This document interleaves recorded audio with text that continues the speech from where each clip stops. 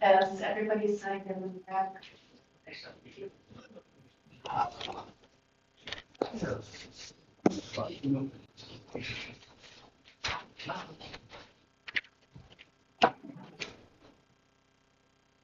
Just read what I put in. Hopefully names are taken out of the police book. I think I did. That's You okay. can just read there. Yeah, sounds good. Thank you.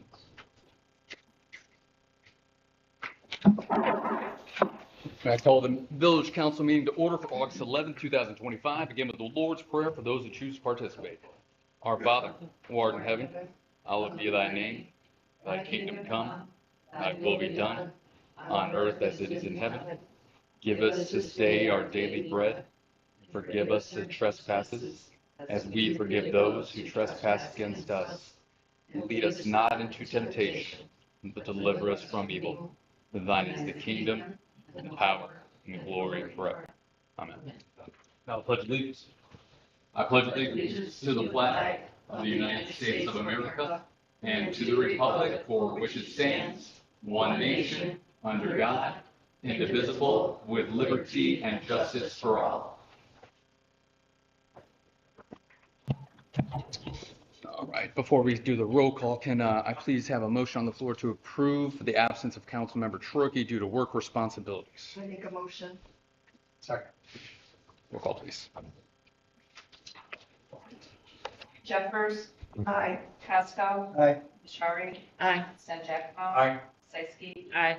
Trichy absent, motion carried. And do I have approval on the floor for, motion on the floor for, pardon? Oh, sure. Jeffers. Here. Casco. Here. San Giacomo. Here. Sisky. Here. Trichy absent, Shari. Here. And moving right along, the approval of the agenda August 11th was sent out last Thursday. Do I have a motion on the floor to accept the agenda as presented? I move to approve the agenda as presented. I'll second. Jeffers. Aye. Casco. Aye. Shari. Aye. San Giacomo. Sisky. Aye. Trichy excused, motion carried. And the approval for July 14th minutes, 2025. Do I have a motion on the floor to accept those minutes as presented? So moved. Second. Jeffers. Aye. Casco. Aye. Shari. Aye. San Giacomo. Aye. Sisky. Aye. Trichy excused, motion carried. All right, I mean, everybody welcome. Thank you for coming today. You do have an opportunity to step up if you signed up in the back. Just step up to the podium. 3 minutes on the floor is yours. So anybody that'd like to go first, you're more than welcome.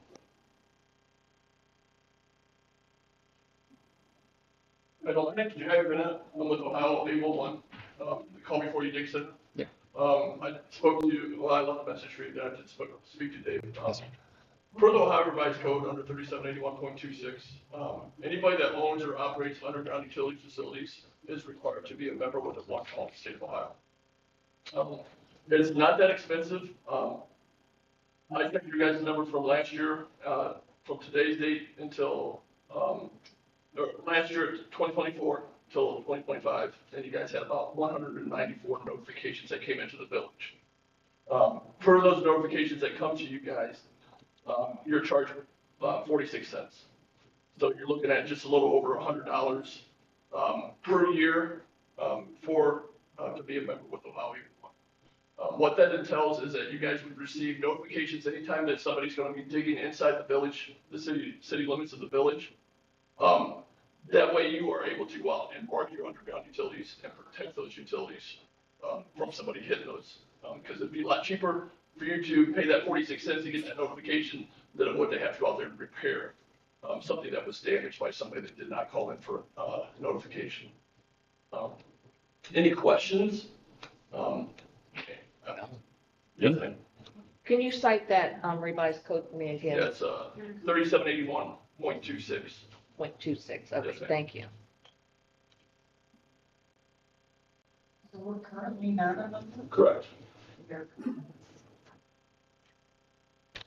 I've talked to the previous administration and, it just kind of fell through the cracks.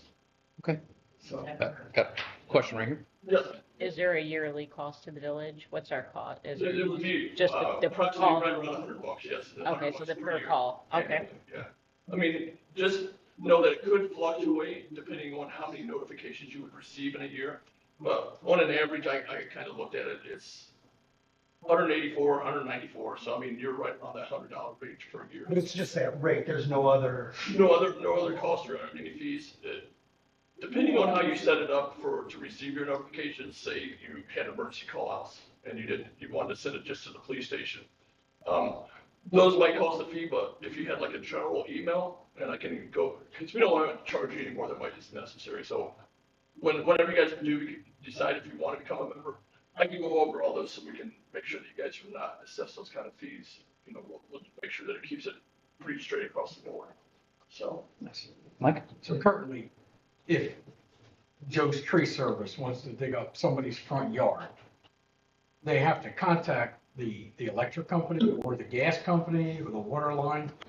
Do they contact anybody now, or is it just happening haphazardly? Nobody's getting contacted at all? If they're digging inside your city limits and they're not calling 811, nobody's getting notified. Isn't it a requirement though that they call It's a requirement as an excavator or contractor, they are required under the Ohio Revised Code to, to contact 811 prior to doing any kind of excavation. And an excavation in the state of Ohio is considered any time that you penetrate, bore, or drill into the surface of the earth, you're doing an excavation. okay, so they call you and then you alert the, We notify all the utilities that are in that area, Okay. that excavation site, and then it's their responsibility to go out there and work it within the 48 hours. okay, Which, I'm assuming, when I talked to Dave, he kind of said that you guys already kind of do that anyhow. If the contractor does contact you, or even the homeowner contacted them, you guys would go out and work it. But if those people are not contacting you, then nothing's getting marked. So there's an opportunity of a situation where something could get damaged out there. Absolutely, yeah. So. Gene? I'd like to move that we table this to vote on for the next meeting so that we can research what the revised code says and then follow up. Sure. And then also, if you want to send any specs that you were talking about, you know, anything that would help us with that, you know, obviously decision or navigation, that would be helpful. What I can do is I'll get a hold of my membership and I'll have them kind of, so it's what we call an assessment, right? What I'm giving you is just kind of a ballpark cost of, it's not going to be over 100. I think, all right, minimum cost is to be $100 for a member to receive those notifications. And then you do have the requirement of going out and marking them within the 48 hours. But I'll get all that assessment set up and I can send it out to you guys. If someone could just give me an email.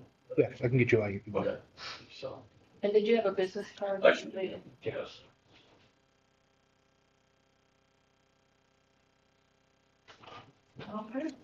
Thank you. Okay, I'll take one and I'll send you an email. Yeah. So we can be in contact. Thanks again, man. Yeah, no problem. Can I have one too? Yes, ma'am. Thank you. And just so you guys know, I actually did throw this on there. All right. No, I didn't. Thank you very much, Jack. Thank you. So I think we have to vote. I made a motion, didn't I? Okay. Sure.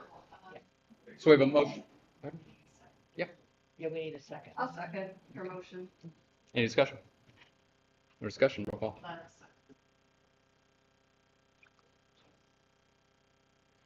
Okay, Jeffers. Aye. Pasco. Aye. Bashari. Aye. San Giacomo. I, Trikey. Excuse, motion carried. Forgot. Lacy. It's, aye, it's okay. Anyone else like to step forward? I know you don't want to hear it, but we're gonna talk about the tree again. Ordinance right here, which is the village ordinance, 909.02, tree maintenance. Says it's on the village municipality is what they say, to take care of everything that's on the curb line. It's my job to mow the yard, their job, taking care of the trees. Well, nobody's ever took care of them. Tree falls, should be your job. If it's curb lawn, it should have been your job to clean it up, but no, you throw it on me. Now, I've looked up where you might not want to cough up the money, but there is money to be gathered from the state Ohio Urban Forestry, they give out money to have trees moved in urban areas. Yeah. So, and then if you don't wanna sit there and squabble about the property line, what you consider curb lawn and what's not, you have on the board or through the village, ever how it is, it's on your listing, that you have somebody that does survey. Why don't you have it surveyed? Why should it be up to me? You're the one that needs to prove what the tree lawn line is, not me. That's all I got, I mean, Okay, so yeah, it's just, I just wanna try to get what's rightfully mine back. sure, after speaking obviously to you in depth and we've already had our conversations back and forth. We've discussed obviously what the tree lawn is and all that good stuff. You did speak to other council, I'm assuming, correct? Over the phone? Yeah, Every so- one of them call me back, except for one. Okay, yeah, well, sometimes it's hard to get back to you, but I appreciate your due diligence to show up and just, obviously still give us what you have, but please let me finish. We have something to discuss later in a private setting that we're going to discuss, but obviously we can't do it in this setting, okay? So I can't really elaborate because we haven't gotten there yet, but you will have an answer hopefully after the meeting. I got one more question. Yes, sir. They came around there putting the blue dots in the yard, right? On the water line where the shut off valve is. Whose is that? Is that village's or is that mine? I'll defer to the village administrator. Shut-offs are the curb boxes are village. So we, Okay, that is 4 or 5 feet behind the fire hydrant. So that definitely put the tree into play on curb lawn then. okay, Mr. Cole, what was the organization you quoted? Was it Ohio Urban Forestry? Yes. Okay. Thank you, Mr. Cole.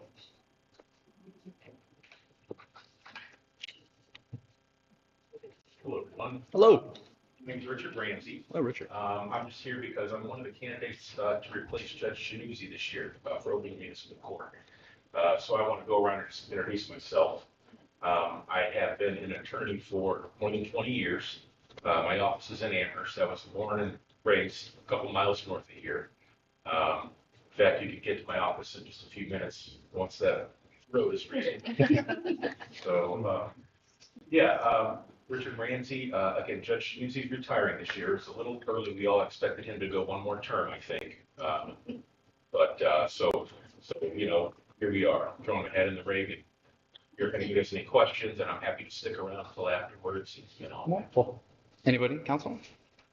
No? Okay. Thanks for. Absolutely. Thank you so much for showing up. Thank you very much. Thank you. Much appreciated. Thank you, Richard. All right. Anyone else? No one else at this time? Okay, well, just moving right along. NOACA dues. Obviously, can you elaborate a little bit on that? Information was sent out in the packet. It's up for the annual dues. Wanted to make sure we were still a member. NOACA has to do with the highways and infrastructure in Northeast Ohio. Okay, Michelle? It's a recommendation from the engineer to maintain membership in that organization. Okay, so we're looking, $323. thank you very much. So we're looking for a motion on the floor to approve the membership dues. I'll make a motion to approve membership dues to NOACA. Second.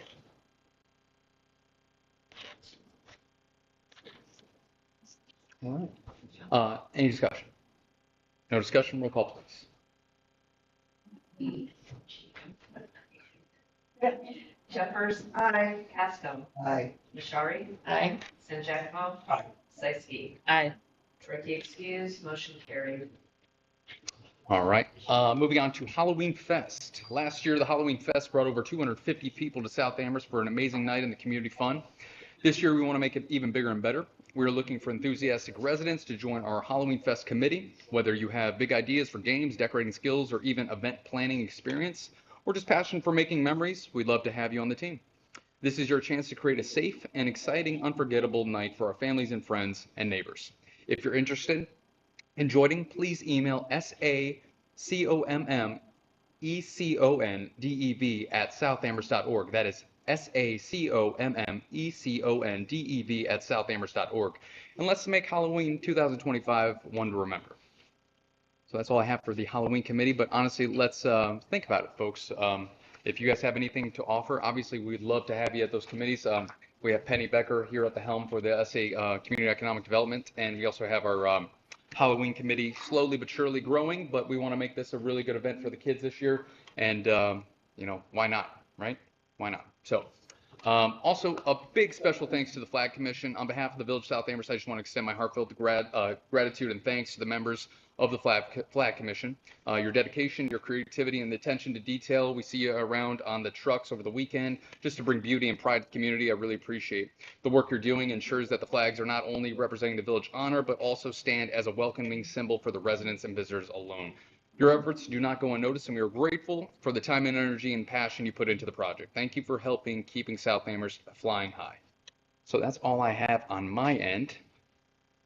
And Meet the candidate. Meet the Candidate Night. Thank you so much. So Meet the Candidate Night, we have currently five. Thank you. So 5 candidates running for Village Council this year. And we are going to do something we've never done before, take advantage of YouTube and take advantage of social media, just to let the residents know that we have candidates that are running, and the newspaper can only tell you one story, so we're here to tell more. So residents are invited to submit their questions in advance for a moderated Q&A session, which will be live streamed October 22nd at 6 p.m. That's October 22nd at 6 p.m. Questions may be submitted and emailed to recordsclerk@southamers.org. That is recordsclerk@southamers.org by Friday, October 10th. One more time, Friday, October 10th. Honestly, we'd love to hear what you have to say. If there's something that's been on your chest and you feel that Facebook isn't getting you the right answers, we'd love for you to submit them to us so then we can get you those answers. So again, October 2nd at 6 p.m. will be the night for the Q&A sessions for Meet the Candidates. And again, have your questions in by Friday, October 10th at recordsclerk@southamers.org. And that's all I have for myself. Physical officer. Payment listing and financial reports for email. Did anyone have any questions or concerns about it? If the June bank reconciliation is completed and ready for signature, I'll have it in a book for review. We are currently in audit for the 2023-2024 year, and she's been in the Mary has been in the office 2 days. She's coming back on Wednesday, and she anticipates being wrapped up with the on-site gathering of information this week. So fingers crossed. Wonderful. So once they do their on-site, then it gets kicked up to the next level of management for review. And then if they have any additional information that they want to have reviewed, they will do that. So if you get an email from me with questions from the auditors, just try to answer it as timely as possible. Because it speeds things along. So supplemental appropriation number 328, I appreciate your patience in letting me get that out on Friday. I realize I may have stepped on your toes, and I want to apologize for that, but the fire chief and I had a conversation about an immediate issue regarding a vehicle purchase, and he's here to speak more in depth on that. So we're going to talk about that a little bit, but after reviewing the payroll, because we changed the payroll structure for this year, we're going to need an additional $30,000 estimated to cover payroll expenses and plus $160 for the approved raises and the new education pay. I also increased the training budget by $5,600 for possibly 4 members attending firefighter 2 training. Right now there's 3, but I put in for next year. And I think Chief Brim is going to speak to this a little bit more under his department. Currently, we have new members that went through firefighter 1, and we pay for in-chair training. The current department requirement is for firefighter 1 and emergency medical responder. Okay. we don't have any chair time for that, so there might be discussion about chair time to be compensated for. But one thing to consider in the training, we can apply, most of you can apply for the state fire marshal's reimbursement grant for training. So we would get that money back next year for any training expenses for this year. The community economic and development, I allocated the approved $1,000 for Halloween and holiday events. Mayor's staff, according to the job description, I put in $700 for appointed compensation. And then also, so we're gonna need to speak about some of those issues in executive session. Mayor in general added $5,000 for contracted services in case we need that by the end of the year.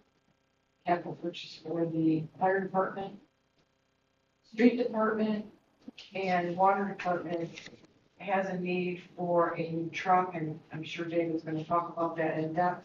But I put, all the money's been going to be put in the budget, whether you approve the purchases or not can be down the road. I just didn't want to not have the money in the budget. So that is what the detail for the appropriation ordinance. Does anyone have any questions? Concerns? Never with you.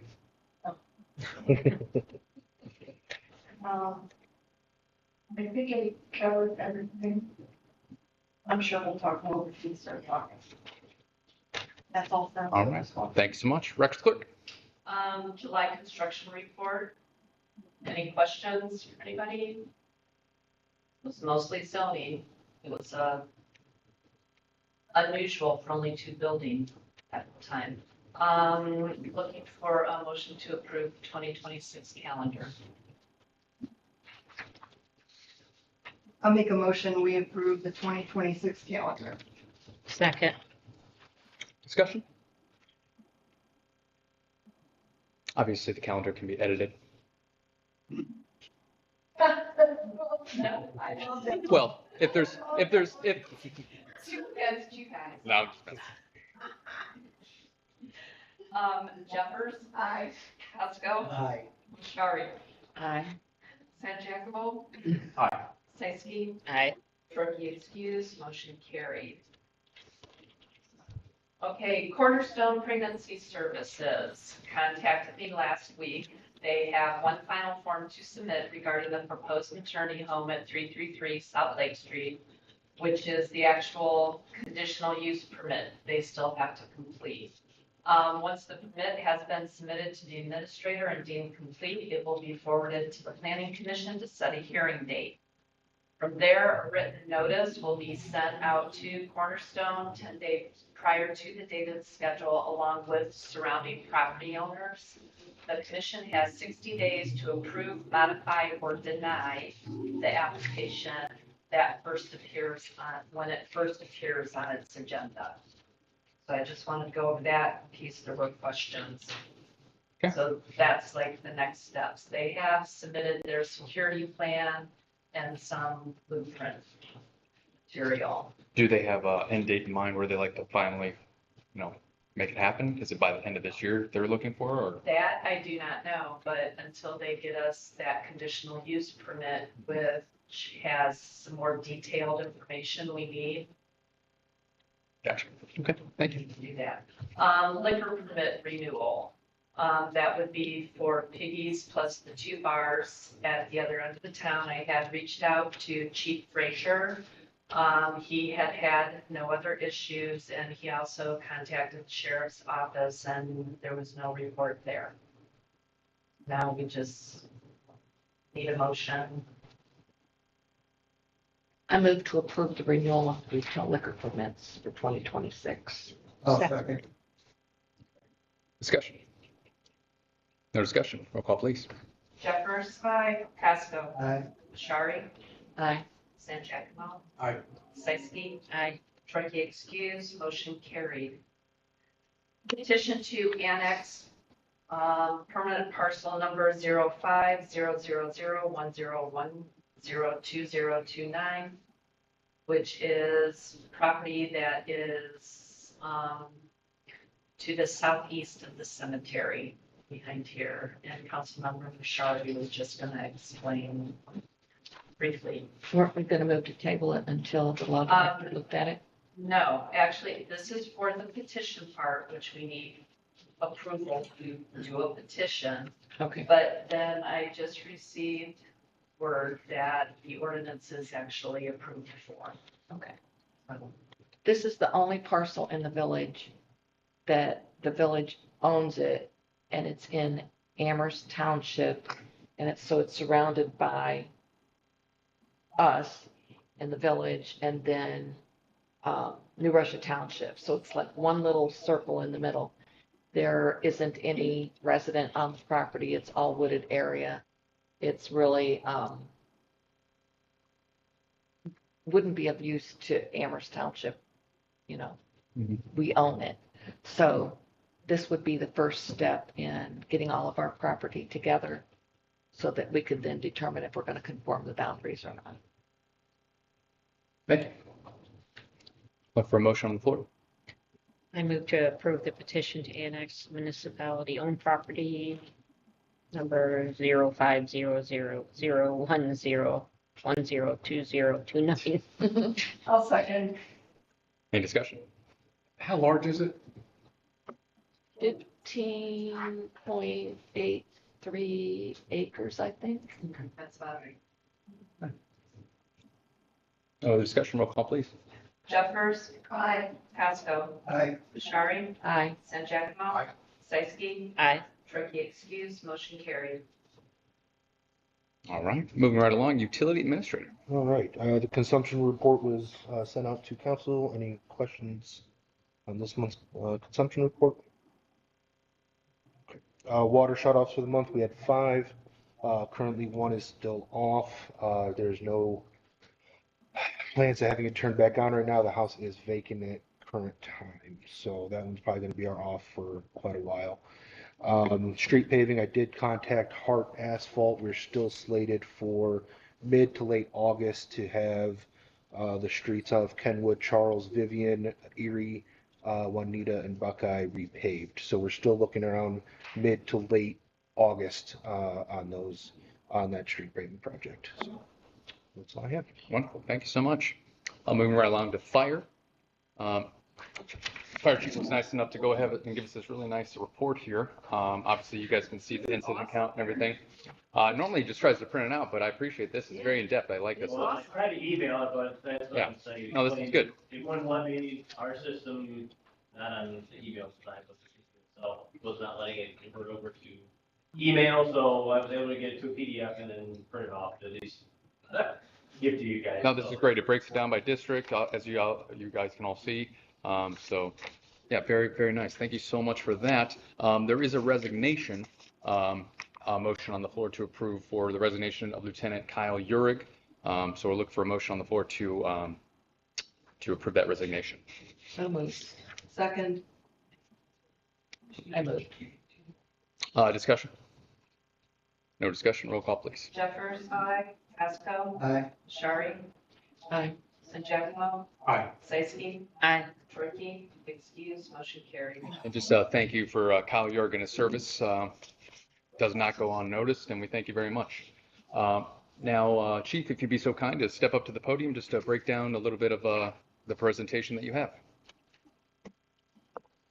Okay, so, Michelle kind of hinted on it a little bit, and we've talked about it in the safety committee meetings as well, ways to advance the fire department and potentially bring in more revenue actually through the department.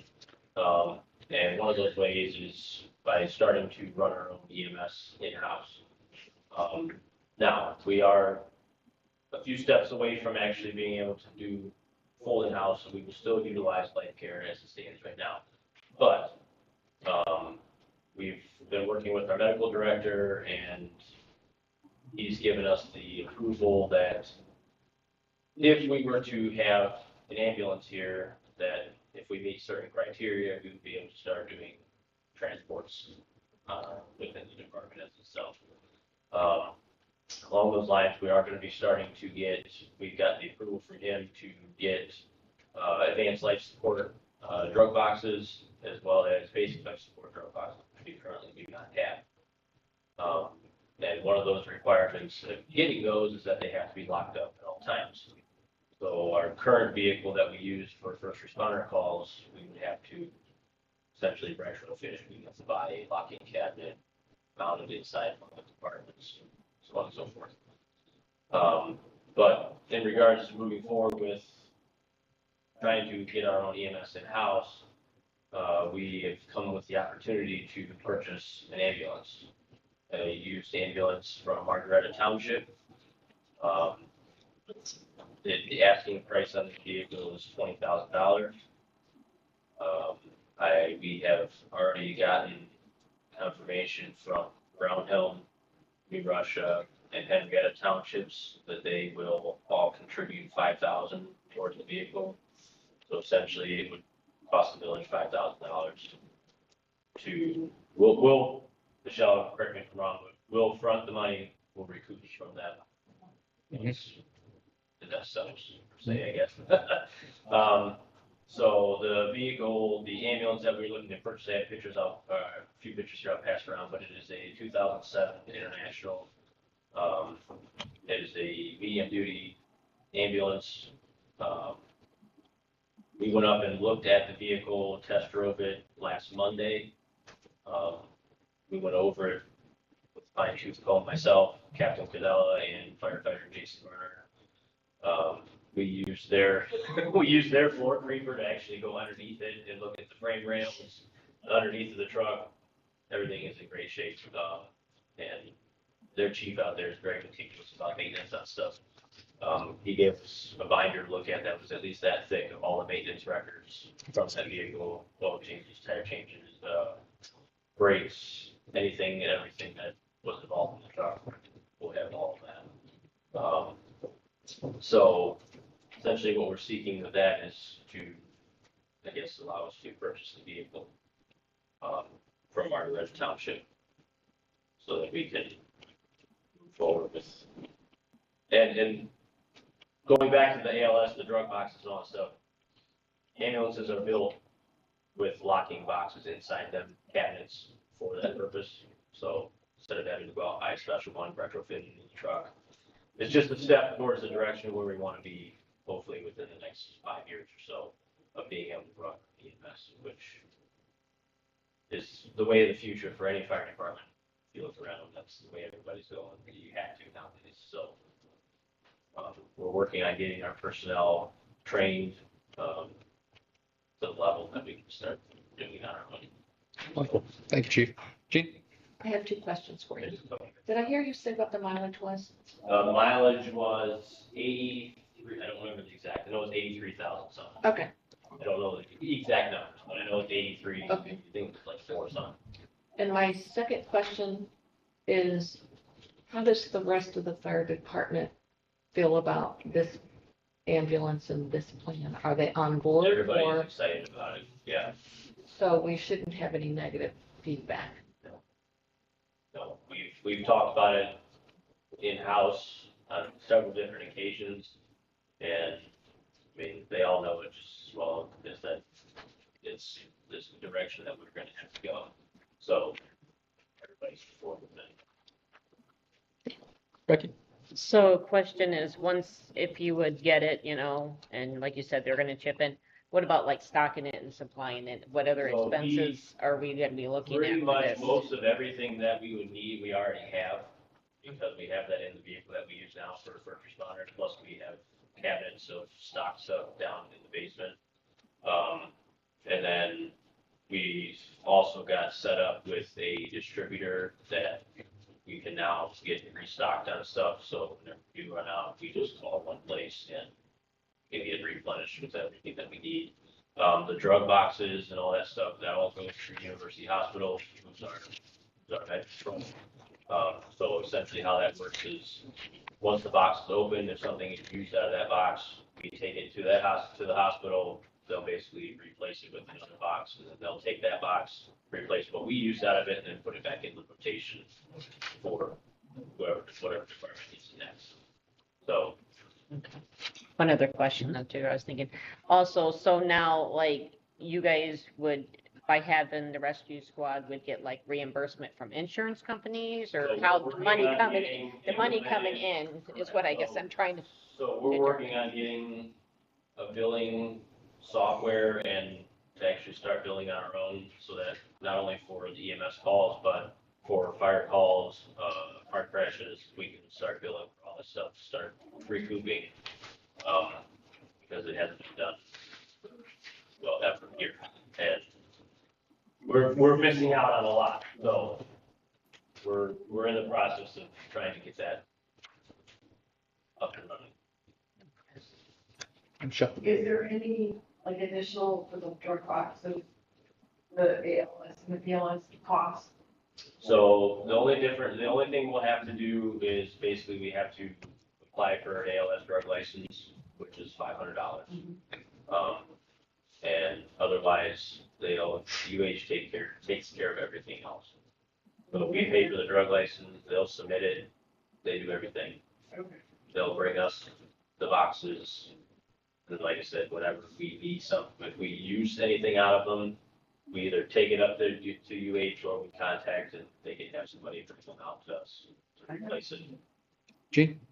Yeah, so just to And clarify, the replacement doesn't cost, there's no cost for the medications at all. there you go. It's, That's what the I only wanted. cost is for the license. So, yeah, there's no cost for the medications, it's only for the license. Okay. So the medications are replaced and cycled as we use them. Lori? Just to clarify, that was 2007? Correct. Okay. And then decal. You guys plan on doing anything with that? So, yes, so we will have to have lettering done. I spoke with the gentleman who does village vehicles, and he estimated at the most probably around 2,000, if that. So we're not gonna go too crazy with anything.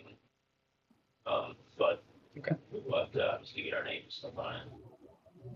I mean, my 2 cents, I think it's a heck of an idea and a good plan. Very well put together by you yourself and Assistant Chief and the rest of the guys that have put it together. So I commend you on that. I thank you for that. It's also, it's not just for the residents as well, it's also for us in-house. So currently the way it sits now is that, obviously we're contracted with Life Care. So now if we were to get a fire or whatever the case may be, Life Care will send us one ambulance. If we have a victim at that fire, they're transporting that victim, which therefore means now they do have to replace that squad, but we have to wait for that to get there. Mm-hmm.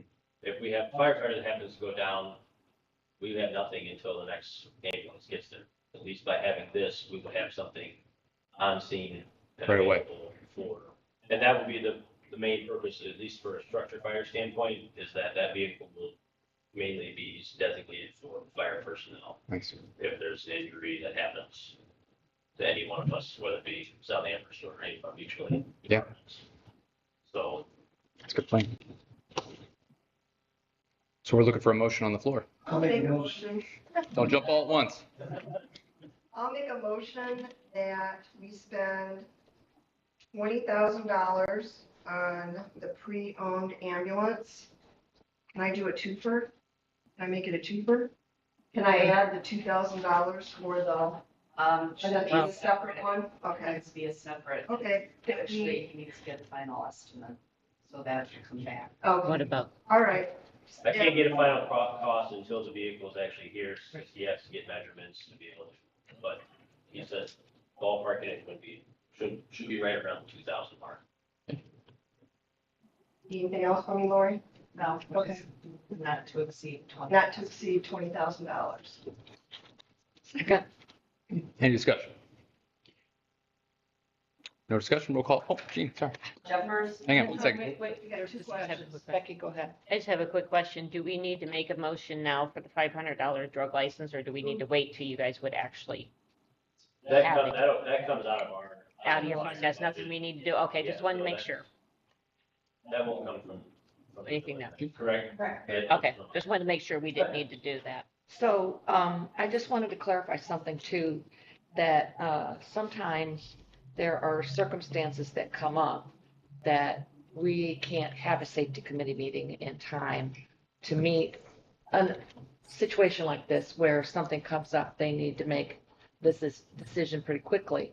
But the chair or any of the safety committee members would be able to meet as a meeting, not a public meeting, but just a meeting with the chief to get the information to come back and share with the members of safety so that when it comes to the table for a vote, the safety committee is informed and comfortable or be prepared to have their questions, but they are able to have a separate meeting and it doesn't have to be posted. So that's how you can take care of an emergency situation. You can also call a special meeting, which is, I think, 12,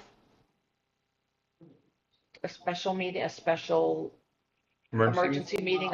I think it might be 12 hours. I'd have to clarify. But, and for an example is our SOPs. I met with Kyle because he couldn't get to the safety committee meetings and time was going by. So it's like, let me get the information and figure out how to get it through to everybody so that everybody in the safety committee knows what's going on. So just keep that in mind as these things come up, that is a way that we can do it. Just also to add on that, I mean, email is everything, and I can tell you right now in certainty, unless you guys are doing emails behind my back, we don't use it a lot. I'm not calling you out. I'm just saying that we don't utilize email as much as we should here, and that's also another tool that we could utilize as well. So just keep that in mind. But no other discussion. Roll call, please. Jeffers. Aye. Pasco. Aye. Shari. Aye. St. Giacomo. Aye. Seiski. Aye. Drukey excused, motion carried.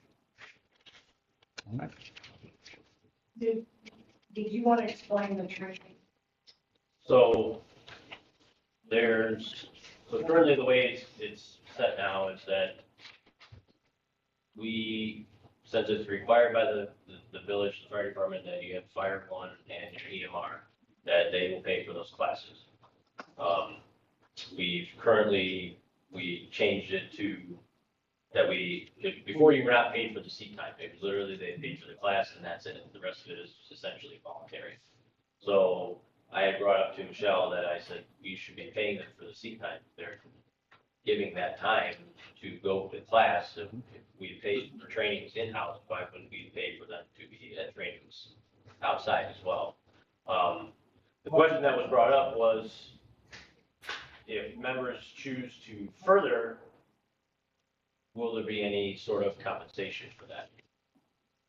Which the Fire 2 class, which we talked about, we can get that back through the State Fire Marshal grant. The question was paying them for the seat time for that, and because currently we would not. So I guess it would be moving forward whether we continue to pay for seat time if they choose to advance themselves further or not. Would you mean reimbursement as far as if they advance their, say they went to another training that was like, off the wall, like, wow, you actually did that. Now, are you asking for reimbursement on that training or are you asking for a raise? I think, and which, Michelle, we didn't get a chance, but I think at least for the Fire 1 class, I feel that we should pay them while they're going, which we did. The Fire 2 one, we could set it up that we pay them once the class is completed and they passed it. We want to go that route. So just to give council a little bit of background, so the firefighter 2 training is 96 hours of in-seat training or in class training. Additional of the Fire 1. Correct. So you have technically 3 ready to go. So the class itself is $1,400. So they wouldn't be officers, correct? No. Okay. It comes out to just over $1,000 for seat time. So it'd be a $2,400 investment. Do they receive, and when you apply for the fire marshal grant, can it reimburse for the seat time or just the I think class? it's just the class. That's what I thought. I'm pretty positive. I mean, I'll I read double this. check, but I I'm read the quite certain it's just for the cost of the class. So the So if you have 4 people going, it's gonna be just over $4,000 in payroll, plus the taxes that go with that. So, um,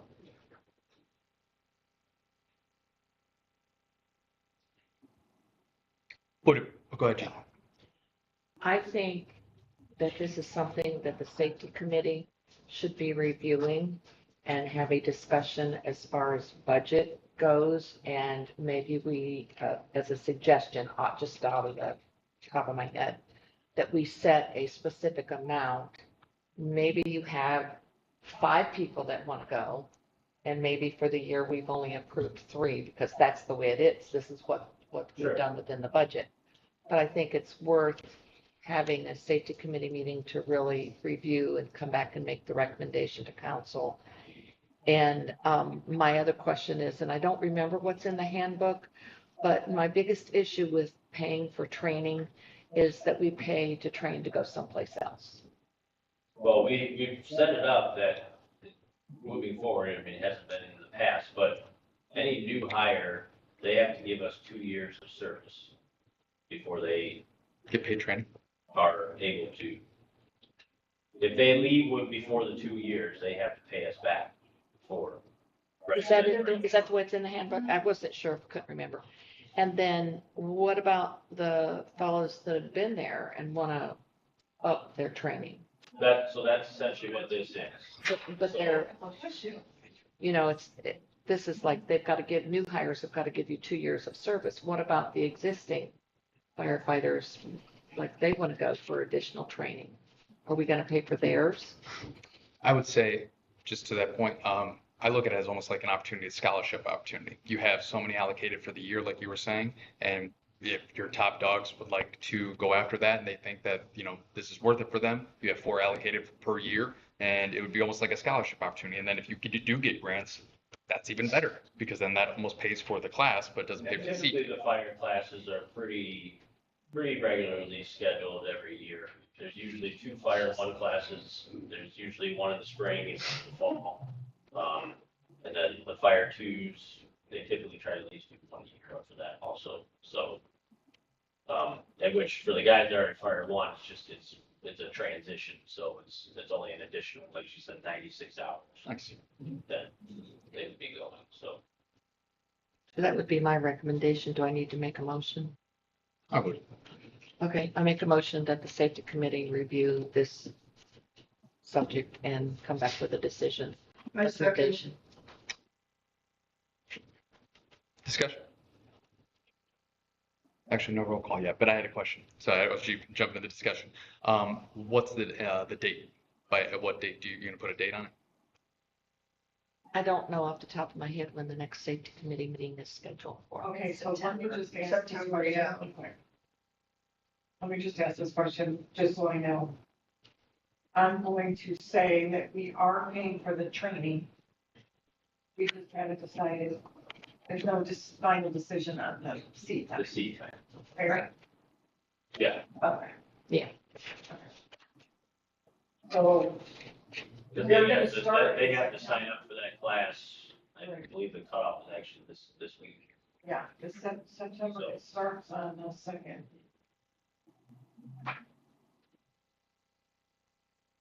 Of September? Yeah. I'll leave that up to the chair to decide when we're going to meet. So do you want to, like the mayor said, put a deadline to have the meeting Sooner than later. pretty soon, like 2 weeks? Like, could we have one next Can week we so have that it? then we would have it settled before the next meeting? Yeah, In 2 weeks? if you can have it before, Yeah. the next meeting is going to be the 25th. Then at least we would have an answer for the students that are, the firefighters that are going to take. Mhm. And then if you can let me know, I might maybe. And if you can give me date and time right now. Can you guys meet next week? What day, what time? How about Wednesday? Oh, no. How about either the 19th or the 21st? Either Tuesday or Thursday. I could do either one. Do you need chief Rob? there? I can do either one. Sound good. What about you, Mayor? I mean, I prefer a Tuesday, because we're already gonna be here for our trainings. Okay, Tuesday, the 19th, can we do 6 o'clock? Don't you have a meeting at 6? Ours is at 6:30, so Okay, that, cool. That 6 works? would work. I think Okay. that'd be fine. Rob, is that good for you? Okay. We actually don't have training. Oh, yeah, it's Fair Week. Because it's Fair Week, so we're Yeah. pretty much free that evening. We'll still do 6 o'clock. 6 o'clock Yep, next Tuesday works for me. okay. Great. All right. Roll call, please. Okay, Jeffers. Aye. Pasco. Aye. Bashari. Aye. San Giacomo. Aye. Sisky. Aye. Troy excused, motion carried. What? Can I ask a question real quick? Yes, yeah. Michelle, do you need an email to post it, or will you make sure it gets posted? Michelle. Lori. I'm looking right at you. No, I do not. Okay, you, okay. The only other thing I have is just, we've kind of touched it in the safety committees, or safety committee meetings, but I just ask that when there's events happening in the village, as in, like, the event that just happened down at the park, the, farmer's market, Mm-hmm. and then I know there's another event that's coming up, I believe, at the tattoo shop over here, that they're wanting to do, what is it? Some kind of like food fest. Or something Yeah. like that. Yeah. Anyhow, just when events are going on, if you guys, and when you guys are notified, if you could please notify myself at least. I don't know how Frazier feels on it, but at least myself. Sure. Just so that we know, one, if there is anything as far as food trucks or whatever that need to have inspections done on them, we need to know about that ahead of time, obviously.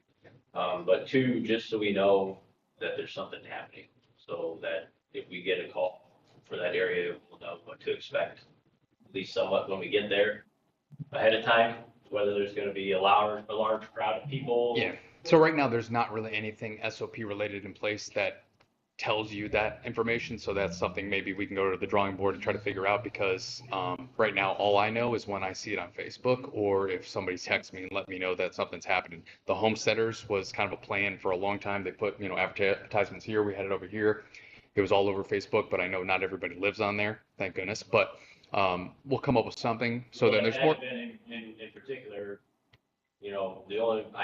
had no idea that Yeah. was even happening until. I spoke to the assistant chief that day. So something that's just more streamlined to where then you guys are alerted in real time of what's happening. So regardless of whatever that might be. So just so there's X's and O's to be dotted, just so if anybody comes and say, hey, we'd love to have this festival. Okay, well, this is the framework to get here. And this, you're going to be on the list. You'll be on the list kind of thing. So we can have that, and Penny and I will discuss further. So wonderful. Thanks, Chief. Appreciate it. Thank you. Thank you.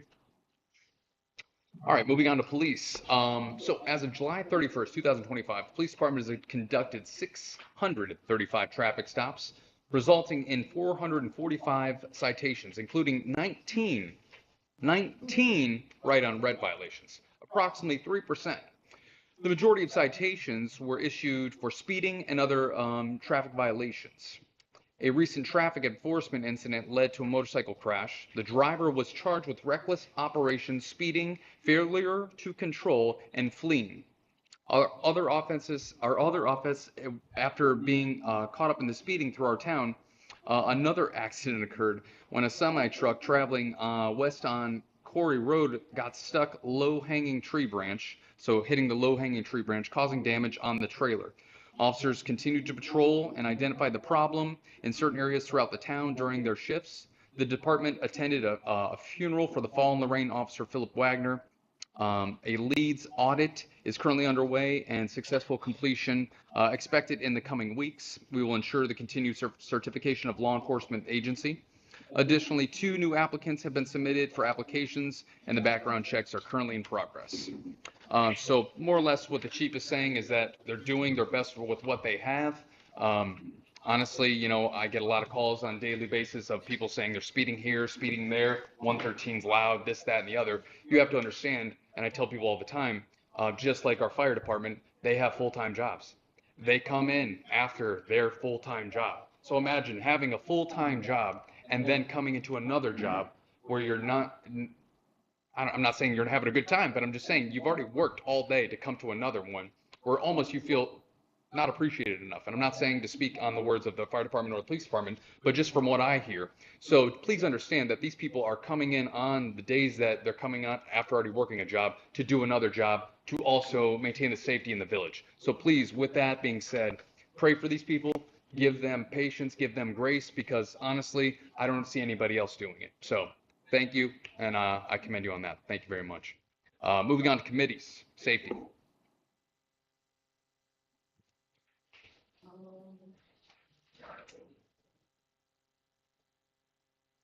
Okay, we're not gonna swear anyone in tonight, I'm guessing. Jeannie? I think that we wanted to have a discussion about putting swearing in of safety personnel on the second meeting of every council meeting Yes. and have that as a standard item on the agenda so that the police department and the fire department automatically knows if you have a group of people that need to be sworn in, we want them sworn in front of council and be able to meet them and welcome them into the village. So I'll move that we make that a permanent item on the agenda for the second meeting of each council meeting. I'll second.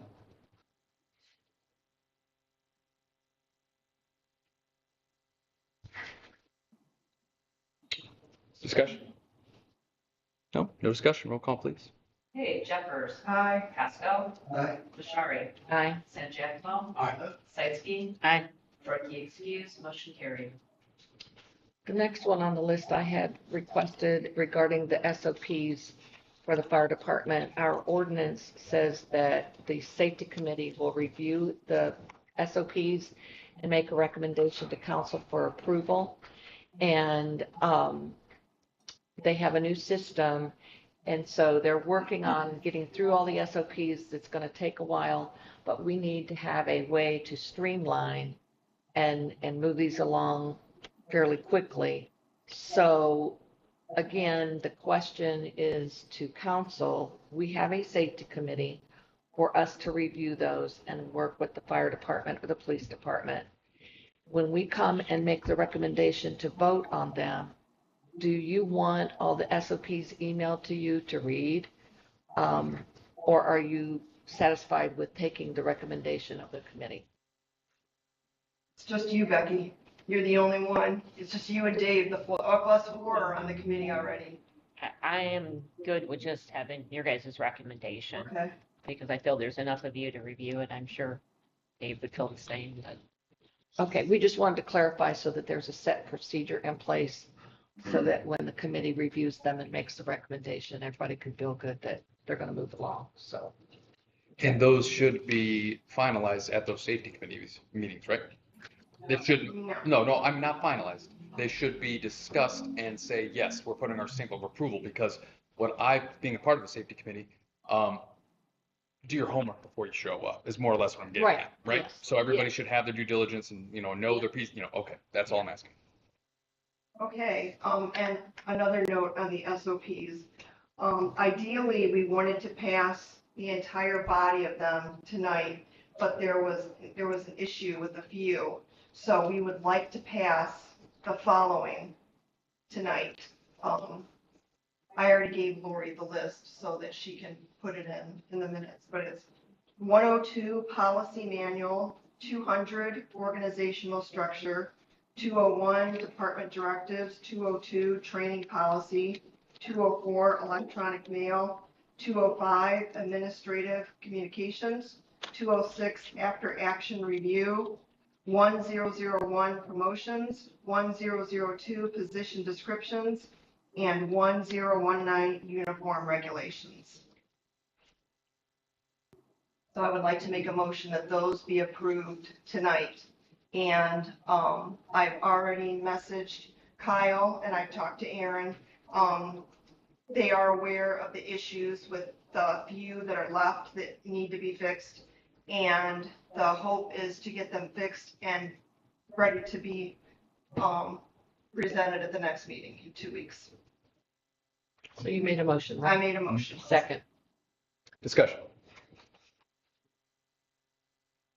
See, I do not know what the SOP for electronic mail is. Does it include whatever the records retention schedule? Oh. It's email.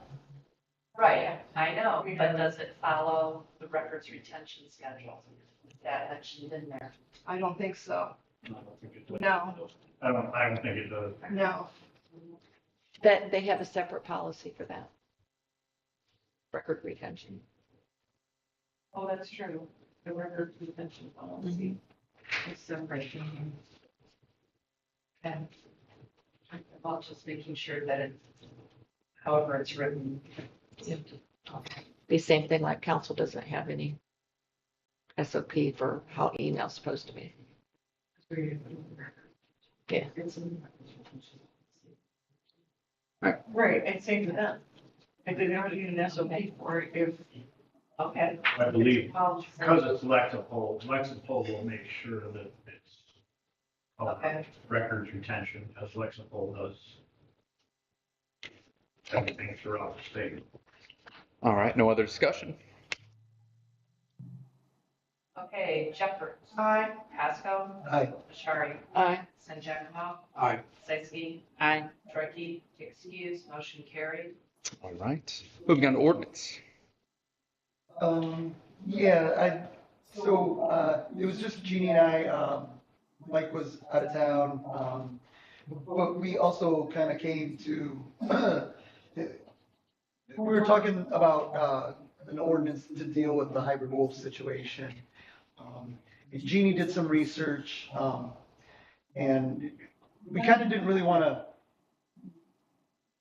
as a committee, we wanted to come to council and lean on council and see how council wanted us to go. So some of the things that Jeannie came up with was, the Lorraine County Health Department, recognizes a hybrid wolf as a dog, and there are no vaccines for wolf dog rabies.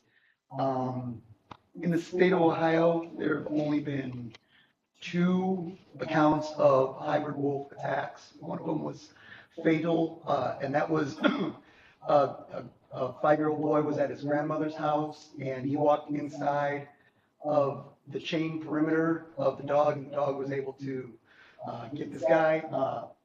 There was a 20-year-old woman in Cleveland. She was attacked by a loose dog, and she suffered serious hand and leg injuries. Both dogs were killed in those instances. There is no community in the state of Ohio that has anything in any way, shape, or form banning hybrid wolves, and there's only a handful of communities that require insurance to have these dogs. So, with that being said, we weren't really sure how we want to do this. Do we want to label hybrid wolf as an exotic animal and no one can own it in the village? Or do we want to require a liability insurance to own them and then increase penalties for if they get out and if they're habitually getting out? So these are kind of like the 2 options that I like option 2. I kind of do too. I'm a dog guy. I mean, I understand, I would never own a hybrid wolf.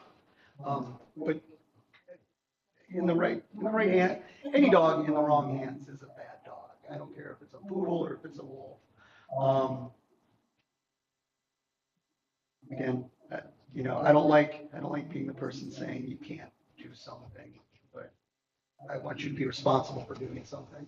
I have a question. Sure. Do we have an ordinance now against exotic animals? I'm not aware. I don't think the current animal ordinance excludes exotic animals. Would it be your intention to spell out like what an exotic animal is? Because years ago, we had a sugar glider, and it was this big, and it was considered an exotic animal. So would that be something that we wouldn't be allowed to have in the village anymore? That's my question. Right. I mean, again, we would have to kind of like look at what other communities are doing, what's considered I think what the issue would be is where the problem would be, it would be, do you want, is a sugar glider somehow gonna hurt the public? I mean, I know what a sugar glider is capable of, maybe not everybody does, but I mean, Yes, Gene. Go ahead, Mike. Oh, good, Mike. Years ago, we used to allow exotic animal sales in Ohio, and you could buy anything, rhinoceros, like anything you wanted. And then after that guy went crazy somewhere down south and released all the exotic animals, and they had to come in and kill them all. If I remember right, I thought the state passed a law against owning exotic animals, statewide. Might be something that ordinance committee could look into Right. for sure, yeah. Right. But I think what they were asking for, and that's a good point though you bring up, Mike, but I think what they were asking for is just what the options were as far as the options presented, and maybe give a little bit more guidance so they could take it back to the drawing board, come up with something. So I say option 2, obviously I'm not the majority, but anybody else? And option 2 again was, to have a liability insurance to own a hybrid wolf, and increase penalties if they got loose, with even higher penalties for habitually. So Yeah. would that be something though too, in that they would have to like register? So we would know who. Yeah. I mean, I don't know a whole lot about that kind of stuff. I've never dealt with it, but It they is have an to register. Ohio law. It's an Ohio law that the wolf dogs have to be registered, but they have to be a certain percentage of wolf before they have to be registered. So how do you determine that though? I believe the warden has the ability to determine that. How he does it, I don't know, but But they have to register with the state, even if we pass an ordinance saying that they need to register with us. So when these dogs are running loose, we can't call up Smith and say, hey, your dogs. and that's a good suggestion. I don't think we considered having them register with us. Just something, so like if, it comes, if we get that far and then it comes down to it and somebody says, hey, there's a problem again, then we, call or go to the owner and say, listen, send, the police over or however you want to Right. do that and say, Right. we've got this problem. Because they actually have to wear a tag that identifies them as a wolf dog. Well, you also have to register your dogs in the state as well. So I mean, I wonder if there's a But these are record. different. Sure, but I wonder if there's a record that you can track. Not a database that you No. can go online and search ISDR. has the situation resolved itself, or are these wolf dogs still getting out? As when you said the dog warden went down, I have not seen them or had any complaints. So we're about 2 weeks, 2.5 weeks. There was one viewing with, They were out walking. they were walking with the owner. Yeah, but I mean, the lady that had the chickens that were decapitated from those wolf dogs took the picture and showed me that they were still around. So, but they were on leashes at that time. Yeah, no further complaints that they're running wild behind Kenwood and Charles where they were. So, Okay, so that's what council kind of agrees with, not to outrule them 100%, but to put some stipulations. meat in them. Yeah. Okay. Well, thank you so much, Rob, for that. And thank you, Jeannie. All right, moving on to ordinance. No objection by reading by title only. Ordinance number 1841-25, an ordinance repealing existing South Amherst ordinance 1841-25, enacting new mayor's court rate of compensation, declaring an emergency. I make a motion to approve and pass as an emergency ordinance number 1841-25. I'll second. Discussion. Discussion, roll call, please. Jeffers. Aye. Pasco. Aye. Schari. Aye. Sajako. Aye. Zeski. Aye. Shorty. Excuse, motion carries. Ordinance number 1842-25, an ordinance creating the position of Community Economic Development Director, fixing the rate of compensation and declaring an emergency. I move to approve and pass emergency ordinance number 1842-25, declaring an emergency. Second. Discussion. Could we say what the fixed rate of compensation is? Michelle? which compensation ordinance are you speaking? The Community Economic Development Director, we fixed the rate of compensation. Do we have that? $15 as stated in the ordinance $15 per hour. per hour. There we go. Okay, thank you. Okay, so my question is that she has recorded time prior to the passage of this emergency. Did you? Okay, so yes. No other discussion? Jeffers, Aye. Pasco, Aye. Bashari, Aye. San Giacomo, Aye. Sexy, Aye. Turkey excused, motion carried. I'm actually going to take this opportunity to swear you in, if you don't mind. Wonderful. Since we're on the topic. It's more ceremonial. I know what you think. That's okay. No. Right this way. But you're right here. We'll get you in front of the camera. Okay? You'll be shot. All right. I'm going to say your name. Okay? So I promise to support the Constitution of the United States of America. Promise to support this Constitution of the United States of America. Promise to support the Constitution of America. And the state of Ohio. The state of Ohio. Ordinances and resolutions Ordinance and resolutions of the Village of South Amherst. of the Village of South Amherst. Perform the duties And perform the duties as the Community Economic Development Coordinator. as community economic coordinator, As long as I hold the job with that. as long as I hold the job that is appointed. So help me God. So help me God. Wonderful. Thank you so much.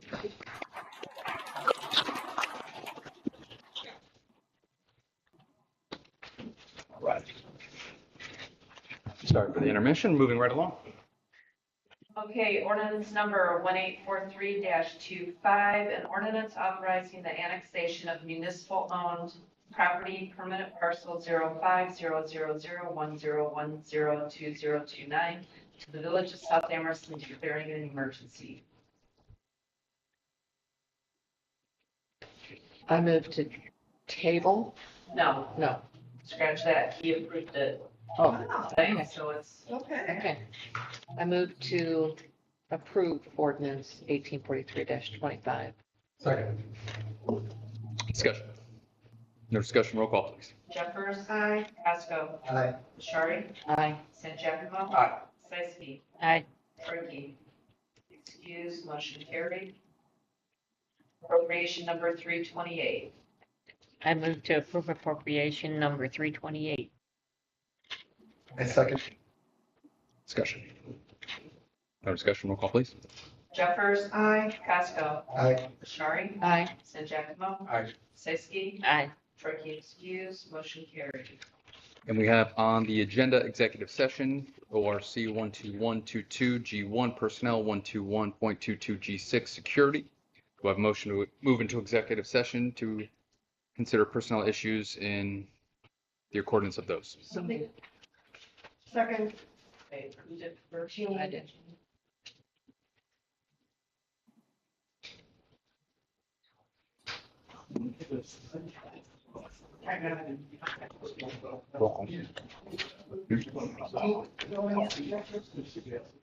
Jeannie and Michelle.